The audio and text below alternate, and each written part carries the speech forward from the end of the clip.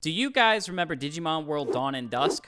Well, I do, and Shadow Shack and I went ahead and randomized the entire game with all the evolutions of Digimon, and here's what happened. By the way, huge shout out to Joel L. Santos. Without him, none of this would have been possible. If you guys want to download the mod as well, link will be in the description below. I started by naming my character Nyx. My starters were Mega Kabuterimon, Black Agumon, and Flaremon. Shaka started with Mega Kabuterimon, Buchomon, and Flamedramon, which, by the way, if you want to go check out his perspective, link will be in the description below. There's a lot of fun recording this together. A lot of it's been cut out of this for editing purposes, but you should definitely go check out his perspective as well. So we got to the first battle against our enemy trainer, which had a Koromon, a Shine Greymon, and a Angemon, and it was pretty easy to clear through. Didn't really struggle. Then we got to the boss, where we get to see what our pre-evolutions are. Our pre-evolutions were Black Agumon, Salamon, and Vmon. I couldn't believe it when I saw Vmon.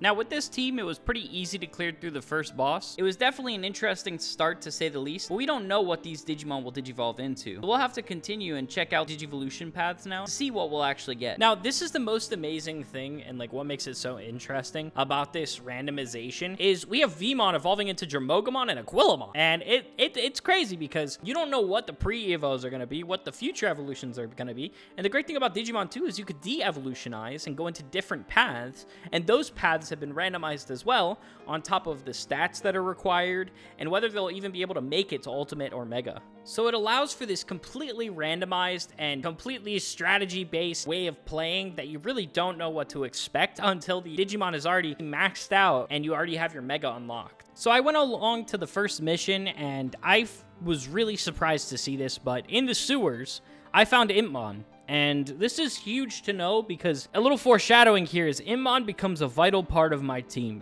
And you would never guess the evolutions that he turns into. So stay tuned for that. So after farming for a little while in the sewers, I was able to get Impmon. And he immediately turns into Hookmon, Kuwagamon, and Kurisarimon. Now remember these words.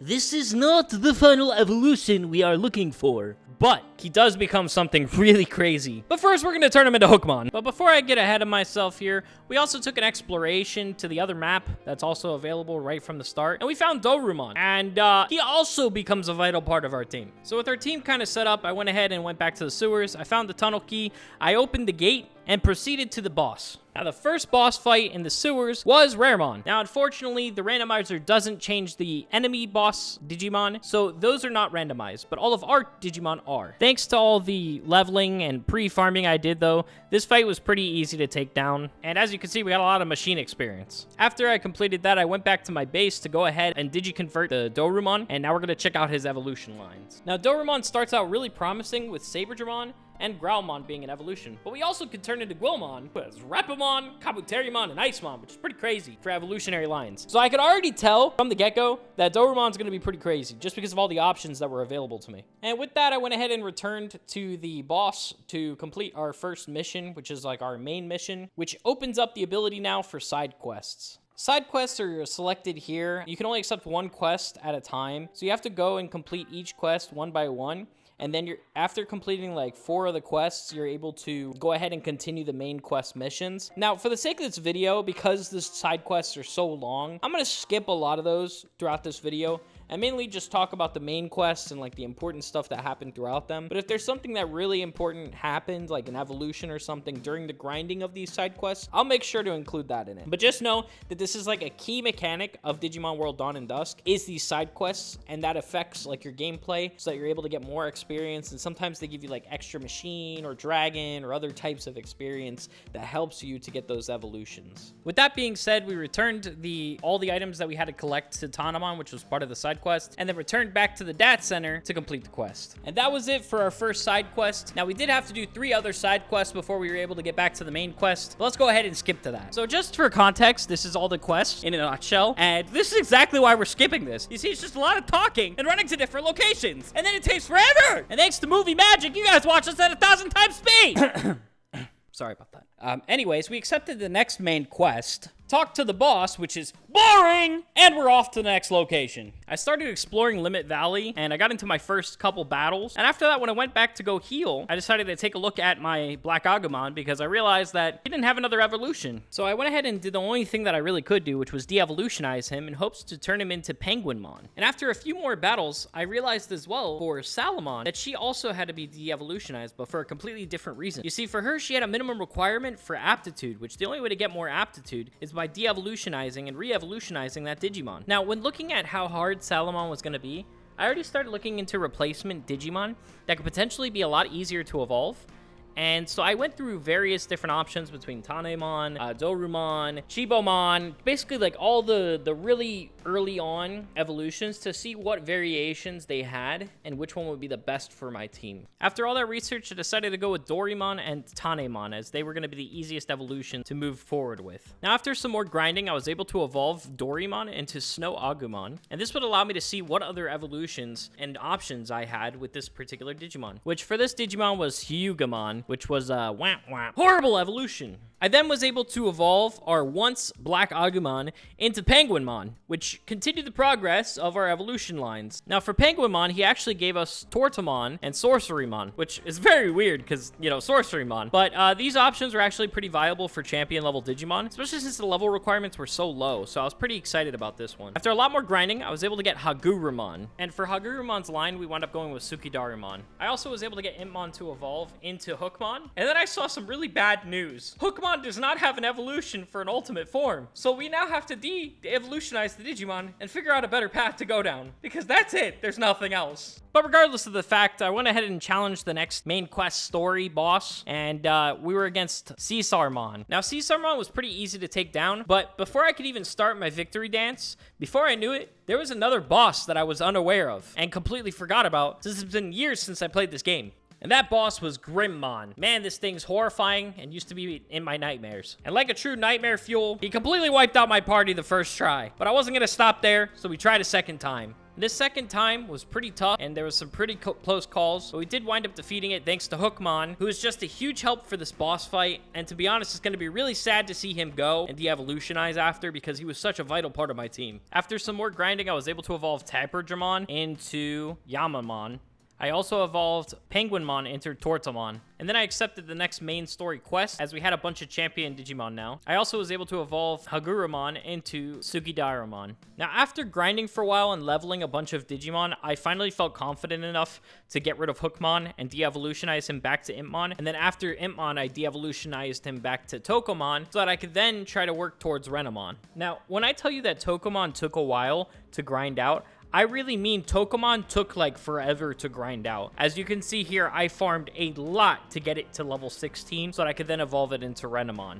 I also simultaneously was leveling Dorumon, so that I could evolve it into Guilmon. And then finally, after all of that grinding, I was able to evolve Impmon into Renamon. Now, here's where something huge happened. While checking Renamon's evolution line, I was able to see my Mega form and realize that Renamon can turn into Omnimon, which is just crazy to think about. Like, it makes no sense at all. But I was super excited that I was going to be able to get Omnimon, and it only required level 58 and some aquatic. So I really felt like this was possible, and that we'd be well on our way into getting it Omnimon from this point forward. So I was like determined to work towards getting this evolution path because I love Omnimon and I wanted to have Omnimon on my team. I once again continued grinding and was able to get Repamon by evolving Guilmon into Repamon, just because it was going to be the easiest path of evolution. And also I love Weregarurumon, so we're trying to get him too. I also evolved Snow Goblimon into Monochromon just because I needed a full team and it seemed pretty easy. I also had gotten some EXP rings, so I started equipping those to all of my Digimon, which was going to help me to speed up the leveling process from this point moving forward. And again, I'm still waiting to complete the quest because I wanted to have a full team of at least champions / ultimates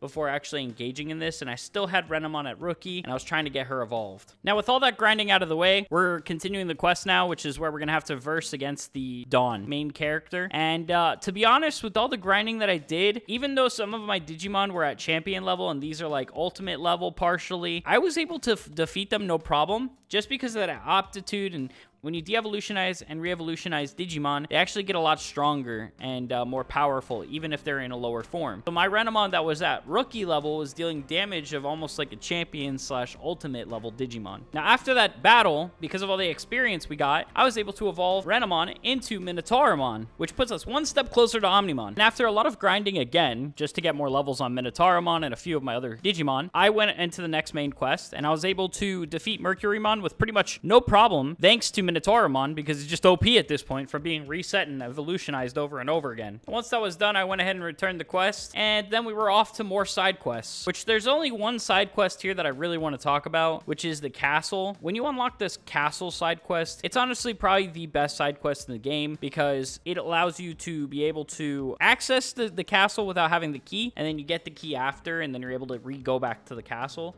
But this gives you like a direct warp point that you're able to just go directly to the castle, and the castle has the highest level Digimon out of anywhere aside from like the final map, so it makes it so much easier to actually like level up and gain experience quickly. After some more grinding, I was able to get Tortamon to evolve into Blossomon, and then with Blossomon we were able to see the final evolution, which is going to be Magnagermon for him, which is really weird, like such a weird evolution path, but I'm excited for it nonetheless. I then continued the main story, and we got into the next boss battle, which was against Galamon, which, again, because of the training I've been doing and like how intense it's been in leveling up everything, I was able to defeat this boss pretty easily as well without really struggling much. I then was able to evolve my Sunflowmon into Lady Devimon, and then I evolved my Snow Goblimon into Yatagaramon, which, by the way, I don't know why in the world, but Yatagaramon is actually broken. Like, actually broken in this game. And then it evolves into DS Greymon, which is just crazy, like DS Shine Greymon. The power of this thing though is nuts. Like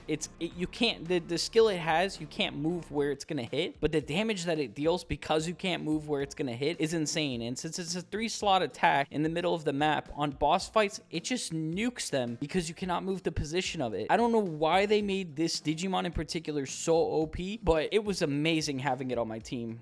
Now, after grinding some more and getting some levels, and also evolving into Wergurumon, also into Grapleomon, I went ahead and continued the main quest story, and we're getting really close to the end of the game here, because this is one of the final battles before we have to go back and go to Dawn World and fight the people in Dawn World, and then pretty much end the game. But I just want to show you guys just how much damage Yukidaromon does with its ability. Like, look at how much it chunks, because it's a 3-hit attack. It does so much damage. Remember, this guy's supposed to have huge resistance, and like the damage I was dealing was like over 350 per slot. It was nuts. It was the most damage that any of my Digimon were dealing. No surprise here, but we were able to defeat him no problem. And then we were on to the next boss. Now, to be honest, Grand Dracomon was even easier than the previous boss that we had just fought. And in no time, I was able to take him down, no problem. And the best part about this fight was I got a ton of Dark experience, which was going to help me for some of my evolutions. But just the EXP in general was huge for my Digimon. And with that, that completed the next main quest. And we only had a few more to go. And after some more training, I was able to get Nightmon from Hagurumon. And the weird thing was, Nightmon evolved into Zed Millenniumon, and the requirements to get Zed Millenniumon were so low that I had decided that I was going to get Zed Millenniumon for sure. Because normally in the regular game, to get that Digimon was super difficult. And after hours of grinding, doing the tournament of power to like get to Gold Tamer, and, you know, just grinding out EXP, we were finally able to get Zed Millenniumon. Now, for you guys, it seems like a few seconds, but I kid you not when I say it took me a few hours. This was a hard grind to get to level 52. 52 doesn't happen overnight, and the worst part is that now Zed Millenniumon is level 1, and we have to re-level him so he's even stronger so we could actually use him for the battles. And again, after another what felt like forever of grinding, I was able to finally evolve into Omnimon, and this is our real reaction when it happened. The legendary, the first progress to ever appear in the Digimon universe! Yes. The one and only. And, ooh, he looks sick. Yeah, he has one of the best sprites in the game. He does. His spray looks amazing. By the way, before I continue, you guys should definitely check out Shaka's perspective here because he also gets an insanely strong Digimon too. But with that, we went ahead and continued the main quest now, and we're heading into Dawn's world so that we can try to go ahead and save everybody that's there. And boy, it's really weird entering the other side and getting to explore the world that's been like the opposite of us this entire time, and getting to work alongside the hero of their world as well. Now, Dawn's world, I will say, is the best EXP spot prior to ending the game, so you know we had to grind it out before going to the final boss, because I wanted to make sure we got all the megas we were trying to get before ending it. So I did train for quite a bit here before proceeding to the final boss, and it was totally worth it because I wound up getting the last mega evolution we were missing to at least have a full team of megas. And that evolution was evolving Yatagaramon into Dot Shine Greymon. Has a special spot in my heart because it was something that I had always wanted to get and never could because it's an exclusive event Digimon. So it was really cool to get to actually see it in the game here.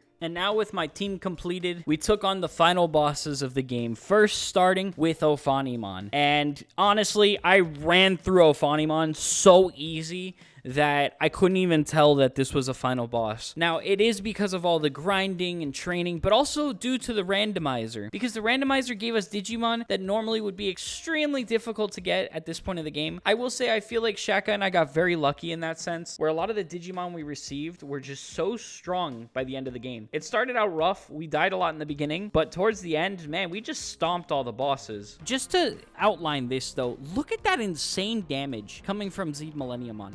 Insane. And mind you, that was Yatagaramon. Just such a strong Digimon. And now we made it to the final boss, which is now Grimmon combining with the Chrono Core. And let me tell you, this boss is probably one of my favorite designs out of a lot of the bosses that they've had in the Digimon games. I think this one is really sick because it actually looks like a Digimon. A lot of times the bosses in the Digimon games almost feel so OP that they don't look like a Digimon.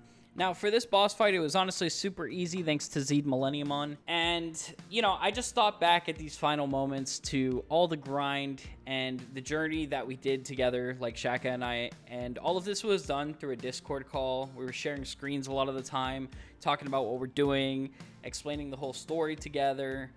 And like, man, it was so much fun doing this. I will say it reminds me that playing with a friend makes things so much better. So I highly recommend that if you guys were going to try this challenge, to do it with a friend as well. And, you know, let us know in the comments section below. I definitely want to hear your guys' stories if you do give this a try. Let me know what your favorite parts are, or what kind of crazy evolution lines you guys had to deal with. But yeah, man, this game had a special spot in my heart, but being able to play it with somebody who also appreciates this type of stuff and is into, you know, the Digimon World Dawn and Dusk, just like I was as a kid, made this such a memorable experience. And that's another message that I wanted to give to you guys, is that, you know, playing games is great and all, but building memories with your buddy and being able to like co-op on missions and like co-op on games and stuff makes it such like a core foundation, not just to like a memory of you playing the game, but it's like building upon your friendship with that person. And I'm grateful for Shaka, who is willing to do this with me. And huge shout out again to Jan, I call him Jan, for creating this mod. It's so nice to be able to randomize the game and just deal with this chaoticness. It was super fun. On that note, that was Digimon World Dusk randomized. We did it, guys. We beat the entire game, and we got at least 3 megas completed.